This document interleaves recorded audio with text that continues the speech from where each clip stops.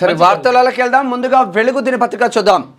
ఇక త్వరలో మంత్రివర్గ విస్తరణ, 4 పదవుల భర్తీకి Congress high command green signal. BC Mudiraj beans మన వాకిటి శ్రీహరికి వచ్చే ఆస్కారం ఉంది. ముదిరాజ్ కాంగ్రెస్ లో.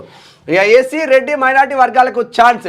CM Revanth, deputy CM Bhatti, మంత్రి ఉత్తమ్, పీసీసీ చీఫ్ మహేష్ తో చర్చించిన వేణుగోపాల్. ఢిల్లీలో 4గురితో విడివిడిగా భేటీ, పలువురి పేర్లు ప్రస్తావన. ప్రస్తుతం 6 మంత్రి పదవులు ఖాళీ, 4కి ఓకే, 2 పెండింగ్. ఇక్కడ వాకిటి శ్రీహరి వస్తే ఇక్కడ రెడ్డి పి సుదర్శన్ రెడ్డి వచ్చే ఆస్కారం ఉంది. అంటే ఆస్కారం ఉంది ఇప్పుడు రంగారెడ్డికి సంబంధించి రంగారెడ్డి ఉన్నా కూడా పి సుదర్శన్ రెడ్డి మొదటి వరుసలో ఉన్నట్టు తెలుస్తా ఉంది. మరి ఎస్సీ అంటే మళ్ళీ వివేక్ వచ్చే ఆస్కారం ఉంది అన్నట్టు ఒక చర్చ మాత్రం జరుగుతుంది. ఎందుకంటే ఒకటి అక్కడ మాదిగ సామాజిక వర్గానికి ఇస్తే ఒకటి ఇంకోటి మాల సామాజిక వర్గానికి ఇవ్వాలనేటువంటి ఒక సరే అట్లా ఉన్నట్టుంది. సరే ఏదేమైందో మొత్తం మీద ఆ ఈక్వేషన్స్లో వాళ్ళు చూసుకొని ఇస్తారో మరి ఏం చేస్తారో తెలియదు. కానీ బీసీలకు మాత్రం అన్యాయం జరుగుతున్నటువంటి మాట వాస్తవం. ఇప్పుడు దీంట్లో కూడా అన్యాయమే కదా. 4 మంత్రి పదవులలో 6 మంత్రి పదవులలో దాదాపు ఏడాది కాలంగా పెండింగ్లో ఉన్న తెలంగాణ రాష్ట్ర మంత్రివర్గ విస్తరణకు కాంగ్రెస్ హైకమాండ్ ఓకే చెప్పినట్టు తెలిసింది.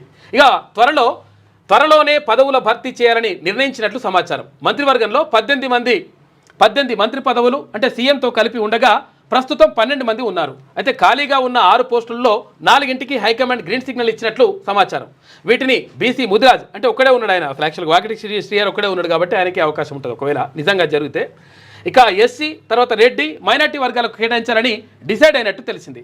శుక్రవారం పార్లమెంట్లో కాంగ్రెస్ జనరల్ సెక్రటరీ సంస్థాగత కేసీ వేణుగోపాల్తో CM Revanth Reddy, deputy CM Bhatti Vikramarka, మంత్రి ఉత్తమ్ కుమార్ రెడ్డి, పీసీసీ చీఫ్ మహేష్ కుమార్ గౌడ్ విడివిడిగా సమావేశమయ్యారు. ఈ సందర్భంగా పలువురి పేర్లను నేతలు ప్రతిపాదించినట్టు తెలిసింది. అయితే గురువారం రాత్రి జరిగిన భేటీలోనూ ఇదే అంశంపై దాదాపు 2 గంటల పాటు చర్చించారు. ఇందులో భిన్నాభిప్రాయాలు వ్యక్తమవడంతో శుక్రవారం మరోసారి వేణుగోపాల్ సమావేశమయ్యారు.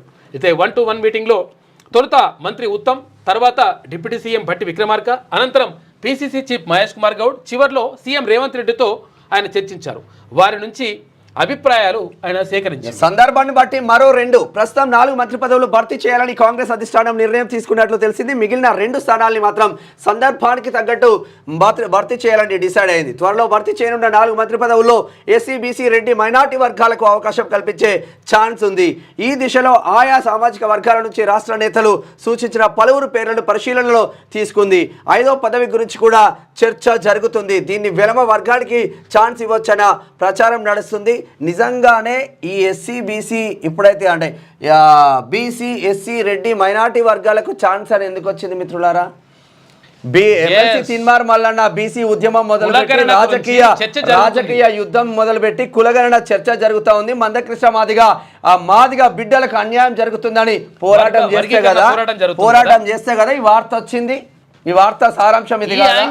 ఈ యాంగిల్లో రావడానికి ఇట్లా ఇవంతా కూడా లేదంటే ఇట్లా వస్తాయి వార్తలు. చెప్పుకోవడం ఏం చెప్తారంటే మేమే సమాజాన్ని ఉద్ధరించడానికి, మేమే మంచి చేయడానికి ఇట్లా చేసినామని చెప్పుకునేటువంటి ప్రయత్నం చేస్తారు. అట్లుంటది. నిజంగానే సమాజాన్ని ఉద్ధరించిన ఇప్పుడున్న మంత్రులు కావచ్చు, ఎవరు కేసీఆర్ పైన పోరాటం చేసి అప్పుడు ఉత్తమ్ కుమార్ రెడ్డి చేసిండా, కుమ్మటిరెడ్డి వెంకటరెడ్డి చేసిండా, దుద్దిల శ్రీధర్ బాబు చేసిండా, దామోదర రాజనరసింహ చేసిందా, పున్నం ప్రభాకర్ గౌడ్ చేసిందా, కుండా సురేఖ చేసిందా?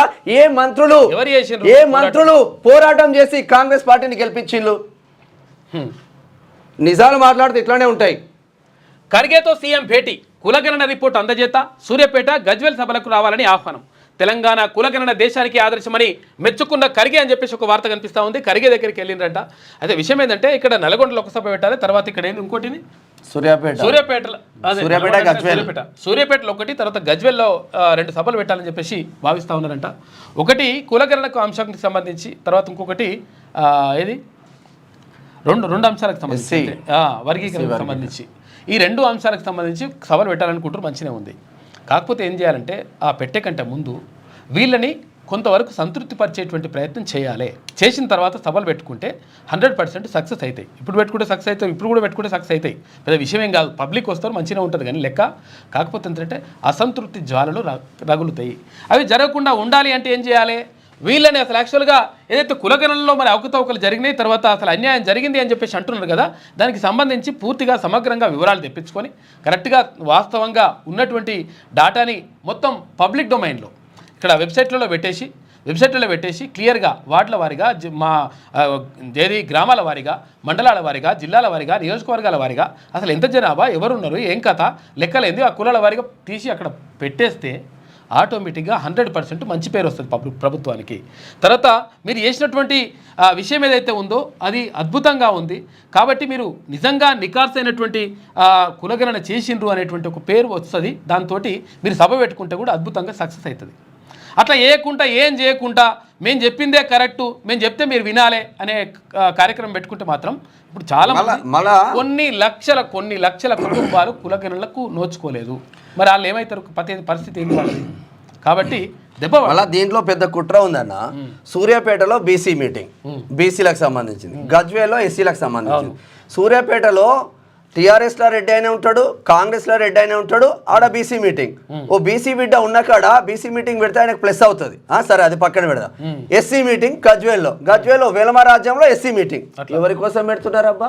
ఓ ఎస్సీ బిడ్డ ఎమ్మెల్యే ఉన్న కాడ ఎస్సీ మీటింగ్ అది అట్లుండదు లెక్క. కానీ సరే మీరు మీ ఇష్టం ఉన్న కాడ కుట్రలు కుతంత్రాలు నిజంగా మేమైతే అబ్జర్వ్ చేస్తున్నాం అబ్బా. ఎవరు చేస్తున్నా ఏమంటారంటే మీ ఇష్టం వచ్చిన కాడ పెట్టుకోరు. కానీ కాకపోతే ఏంటంటే ఇదంతా సెట్ చేసినాక పెడితే మంచిగా ఉంటుంది లెక్క. ఇప్పుడు వర్గీకరణ సంబంధించి వచ్చినప్పుడు అక్కడ ఏమంటున్నారు, మాదిగ సామాజిక వర్గానికి అన్యాయం జరుగుతూ ఉంది, మాకు 9% ఎట్లా కేటాయిస్తారు, 11% కేటాయించాలని చెప్పేసి వాళ్ళు కొట్లాడుతున్నారు. తర్వాత మాలలు కూడా, తర్వాత ఉపకులాలు కూడా అంటున్నారు కొంతవరకు మాకు పెంచాలని చెప్పేసి వాళ్ళు కొట్లాడుతున్నారు. దానికి సంబంధించి ఒక చర్చ జరిగి తర్వాత ఇంత అవుతుంది ఇంత కాదు అని చెప్పేసి ఒక క్లారిటీ ఇచ్చేసిన తర్వాత పెడితే ఏమైతుందంటే అక్కడ ఎస్సీల నుంచి, ఎస్సీ సామాజిక వర్గం నుంచి, ఇటు బీసీల నుంచి కూడా సానుకూల స్పందన వచ్చే అవకాశం ఉంటుంది. అది కాకుండా మా ఇష్టం వచ్చినట్టు పెట్టుకుంటే మాత్రం మీకే ఉంటుంది లెక్క. క్యూ న్యూస్ ఛానల్లో పనిచేయటకు అనుభవం గల సీనియర్ వీడియో ఎడిటర్స్ కావాలను సంప్రదించవలసిన నెంబర్ 8688926084. qnewsads@gmail.com ను సంప్రదించండి. లైక్ చేయండి.